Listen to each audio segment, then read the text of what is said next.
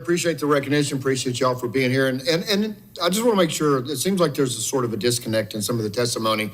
Clearly dispatchable energy provided the bulk of power during the storm. Yet we hear wind outperformed gas and coal in terms of accredited capacity, which, as I understand it, basically just means it performed higher than expected.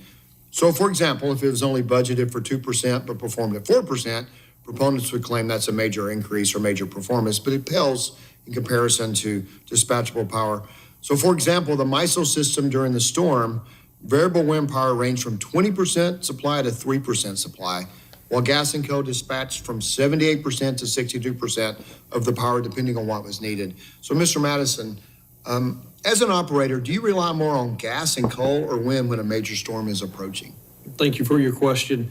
We do have a diverse mix in our portfolio. However, whenever we know that there's a winter storm like FERN approaching, we need to make sure that our resources that are dispatchable are ready at any moment notice, because they are dependable, reliable, and dispatchable is the key.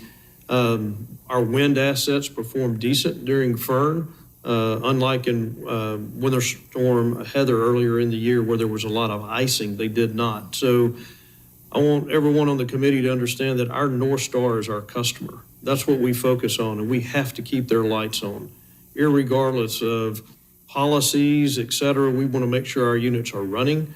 So we spent about $7.5 million winterizing our units as a result of Winter Storm Uri. Taught us a lesson to make sure they're ready and available. So we put a lot of emphasis on that dispatchable resource when a winter storm's coming. Thank you. So it's wind and solar works when the wind's blowing steady, not fast, and when the sun's shining. But that's somebody told me, he said, well, that was an unusual day. That's why you can see the wind and solar didn't perform the way it was supposed to. So, well, you need power on the unusual. That's when you need it the most. So you can't dismiss that. So, Mr. Robb, you say that various emergency actions during FERN should serve as a warning.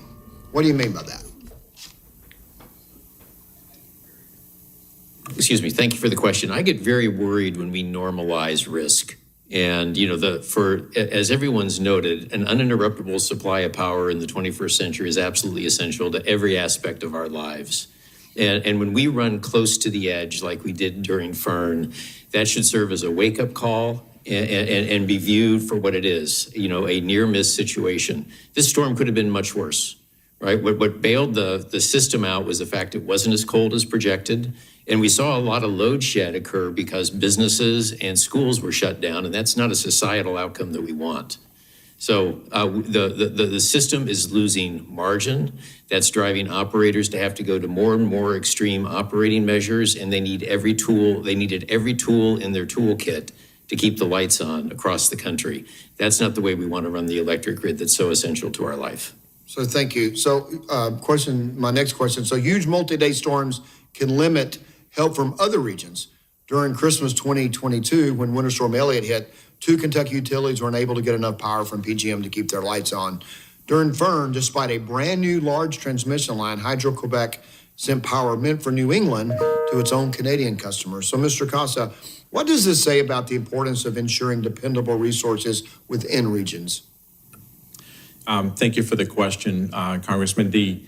You are correct that what we saw during FERN was that you actually had wood burning and trash incineration produced more electricity at that time than we did with the with weather dependent energy sources. Yeah, I saw that. I kept checking, but this has to be some trick on the internet. But it's absolutely true that in New England, by burning wood and refuse, you created more energy than wind and solar. That was per ISO New England's own website details.